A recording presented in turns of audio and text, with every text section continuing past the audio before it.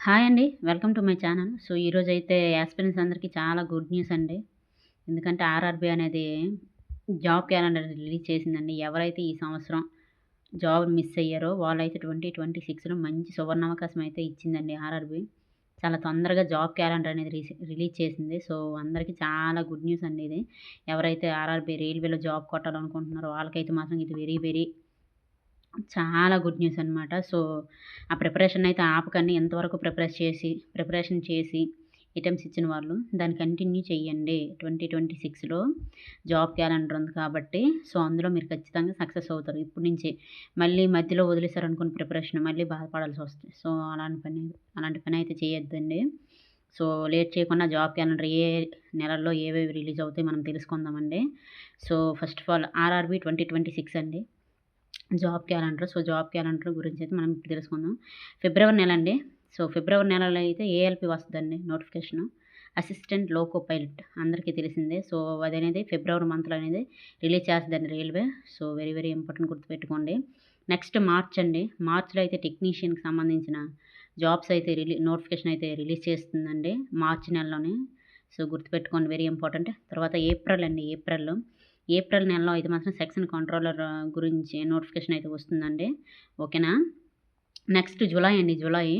So, July నెలలో అయితే paramedical JEE ఓకేనా? వీటిల్లో నోటిఫికేషన్ వస్తుందనమాట జూలై మంత్‌లో. ఓకేనా? గుర్తుపెట్టుకోండి. నెక్స్ట్ ఆగస్ట్ అండి. ఆగస్ట్‌లో అయితే ఎన్‌టీపీసీ అండి. ఆగస్ట్‌లో ఎన్‌టీపీసీ నోటిఫికేషన్ అనేది వస్తుంది. గుర్తుపెట్టుకొని వెరీ, వెరీ, వెరీ ఇంపార్టెంట్. ఓకేనా? నెక్స్ట్ సెప్టెంబర్ అండి. సెప్టెంబర్ నెలలో మినిస్ట్రియల్‌ను ఐసోలేటెడ్ కేటగిరీలో నుంచి నోటిఫికేషన్ వస్తుందండి. గుర్తుపెట్టుకోండి సెప్టెంబర్‌లో. నెక్స్ట్ అక్టోబర్ అండి. సో, అక్టోబర్‌లో అయితే గ్రూప్ డి అండి.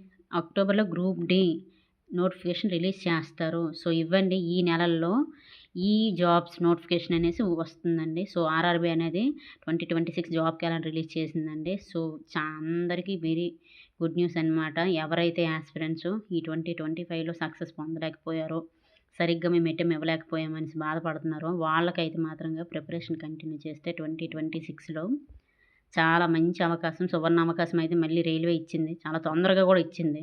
ఎస్ఎస్‌సి కంటే ముందే. సో, ఇదైతే మంచి సువర్ణ అవకాశం అండి. ఎవరైతే కష్టపడి చదువుతున్నారో, రైల్వేలో జాబ్ కొట్టాలనుకుంటున్నారో, మధ్య తరగతి బాధ నుంచి బయటపడాలనుకుంటున్నారో, జాబ్ ఖచ్చితంగా కొట్టాలి. ఏదైనా పర్వాలేదు.